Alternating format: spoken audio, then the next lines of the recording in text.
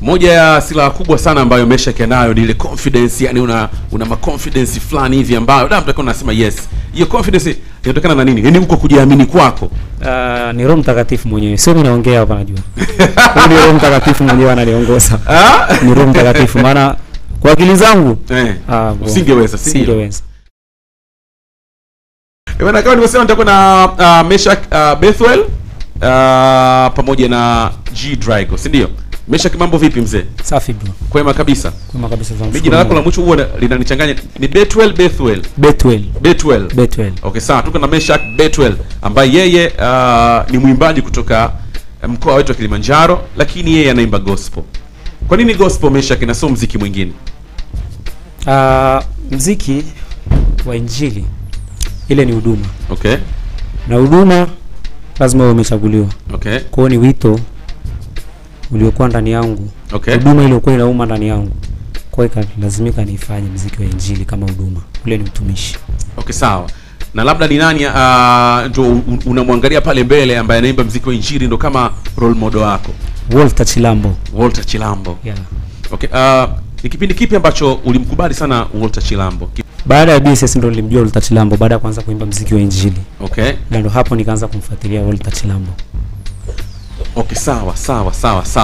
Tumeona kuna baadhi ya wasanii mtu anaingia anapiga nyimbo za injili, lakini at the same time anakuwa ni songwriter kwenye muziki kama bongo flavor na vitu kama hivyo. Kwa upande wako wewe utakuwa umebase tu kwenye gospel ama lazima tukuone labda kwenye bongo flavor hivi mtu kama G Drago akisema bwana nina uhitaji kidogo wa maandishi ukampa hiyo huduma? Au huduma yako sababu mimi inasimama na Kristo tu?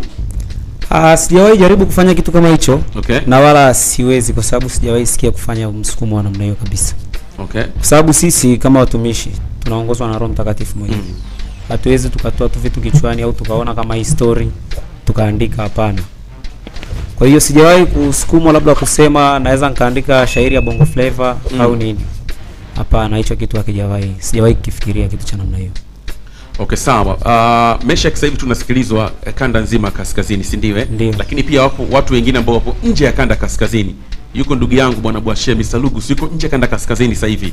Anatufuatilia kupitia application ya Radio Box. Kuna maneno wanasema kwamba baadhi ya waimbaji wa muziki wa injili kile wanachokiimba na maisha yao ya uhalisia hayaendani.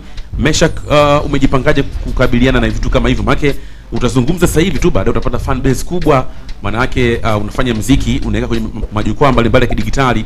It means kule unategemea kuna pesa ambayo itapatikana, kuna maisha ambayo yatabadilika. Ndugu yangu, kwa baadhi ya waimbaji wa muziki wa injili ambao wanaishi maisha tofauti na kile wanachokiimba, wewe umejipanga vipi kuhakikisha kwamba unaimba injili na unaishi kwenye misingi ya hiyo injili ambayo unaoimbia? Hapo inabidi muombe kwanza Mungu akuongoze mwenyewe. Okay. Uweze kwanza kuzishinda tamaa, maana hela imetawala dunia kwa sasa. Moja ya silaha kubwa sana ambayo Meshack nayo ni ile confidence, yani una ma confidence fulani hivi ambayo mtu akaona anasema yes. Hiyo confidence inatokana na nini? Yaani uko kujiamini kwako. Ni Roho Mtakatifu mwenyewe. Sio mimi naongea hapa najua. Ni Roho Mtakatifu mwenyewe ananiongoza. Ni Roho Mtakatifu maana kwa akili zangu usingeweza. Okay, sawa. Moja ya kazi yako ambayo huwa tunaichezaga sana hapa na leo umekuja kwa ajili ya kazi ni Washangaze, si ndio? Ndio. Nataka nipate moment nzima ya Washangaze. Ulipata idea ya kuandika Washangaze mpaka Washangaze hiyo hapo ikawa hivyo ikatoka? Washangaze ni kutokana na mwanzo, kabla sijaanza kuimba, baadhi ya watu nilikuwa nawaambia labda, maana kuna unaweza ukawaambia watu wawili watatu unapata hata chochote kitu, maana muziki kiujumla unahitaji hela, unahitaji pesa. Ni kweli, investment. Inahitaji pesa. Kwa hiyo unawashauri watu, mwingine anakuambia hautaweza kuimba, unafikiri watu wanaimba kihivi na nini. Wengi wanakukatisha tamaa, wanaokufariji ni wachache. Ndo hapo nikapata wimbo wangu wa kwanza unaitwa Nakutazama.